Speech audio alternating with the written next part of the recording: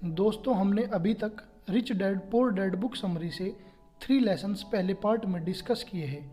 आप पहले first part को देखिए। यदि वीडियो अच्छा लगे तो लाइक करिए व साथ ही साथ सब्सक्राइब भी करिए ताकि आप फ्यूचर में आने वाली हमारी फाइनेंशियल से रिलेटेड बुक समरी को देख सकें। चलिए अगले 3 लेसन्स पर डिस्कशन करते हैं। Let's start. Lesson 4, how tax is affecting rich and poor. Starting में दुनिया में किसी प्रकार का टैक्स सिस्टम नहीं था। यदि कभी टैक्स वसूला भी जाता था तो राजा युद्ध के दौरान अपनी प्रजा से टैक्स वसूली करता था। टैक्स सबसे पहले 1874 में इंग्लैंड और 1930 में यूएस में इंट्रोड्यूस हुआ। ऐसा सिस्टम था जो रिच एंड पोर के बीच के फासले को कम करे।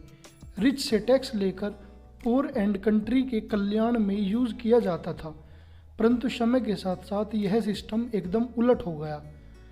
आज अमीर व्यक्ति अपनी चालाकी से कानून का मिसयूज़ करके अपने आप को टैक्स से बचा लेता है।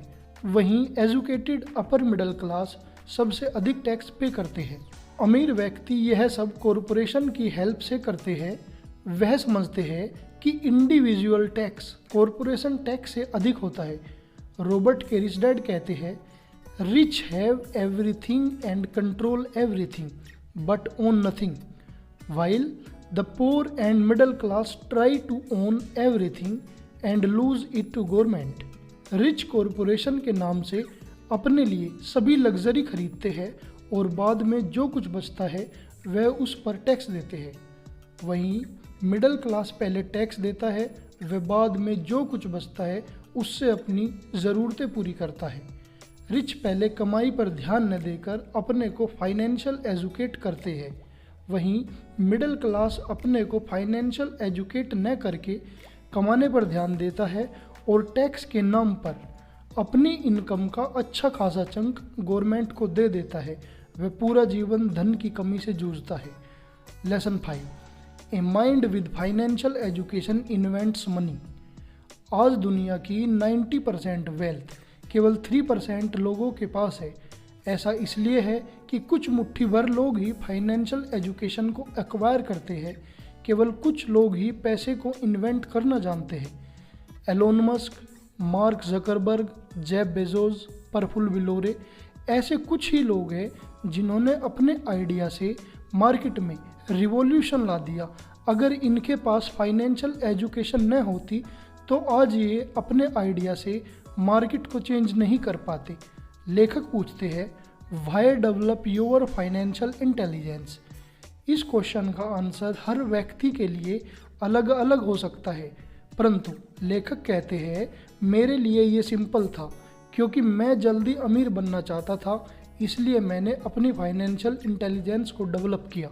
लेखक कहते हैं, क्योंकि मैं जानता था कि केवल हार्डवर्क से अमीर नहीं बना जा सकता। अगर आपको कोई अमीर बना सकता है तो वह आपका फाइनेंशियल एजुकेटेड माइंड है, क्योंकि अपॉर्चुनिटी आपकी आंखें नहीं देख सकती, केवल आपका माइंड ही देख सकता है। और अमीर बनना अपॉर्चुनिटी को समझना ही है। रॉबर्ट बताते हैं कि मंदी के दौरान जनता काफ़ी प्रॉब्लम फेस करती है, परंतु इन्वेस्टर्स के लिए ये सबसे अच्छा टाइम होता है। उन्होंने पिछले 30 वर्षों में 3 बार मंदी के दौरान इन्वेस्ट करके काफ़ी अधिक धन बनाया। ऐसी अपॉर्चुनिटी आप तभी देख पाएंगे जब आप फाइनेंशियल एजुकेट हो। Lesson 6, rich are evergreen learner. हम यह तो जानते हैं कि इंडिया में बेरोजगारी अपने पीक पर है, लेकिन हमने शायद ही कभी सोचा है कि ऐसा क्यों। रॉबर्ट के रिच डैड कहते थे, learn a little about a lot. इस एक छोटे से सेंटेंस में ही हमारे क्वेश्चन का आंसर छुपा है, जिसका तात्पर्य है ज़्यादा चीज़ों के बारे में थोड़ा थोड़ा सीखें। आज दुनिया में स्पेशलाइज्ड प्रोफेशनल की कमी नहीं है, इसी वजह से वे अपना पूरा जीवन धन की कमी से जूझते रहते हैं। आमतौर पर जब किसी को एक अच्छी सैलरी मिले तो वह उस काम को नहीं छोड़ता, वह उसी फील्ड में अपने आप को स्पेशलाइज्ड कर लेता है। लेकिन जो वास्तव में अमीर बनना चाहता है वह इसके उलट करता है। वह थोड़ा थोड़ा हर उस स्किल को शार्प करता है जो उसे फ्यूचर में होने वाले इकोनॉमिक चेंजेस के दौरान सरवाइव करने में मदद करे। जैसे अभी कोविड के दौरान काफ़ी लोगों को जॉब छोड़नी पड़ी। इन लोगों में से कुछ लोगों ने सरकार को दोष दिया कि कंपनी हमारी मदद नहीं कर रही, आप मदद करिए, हम पैसे की कमी से जूझ रहे हैं।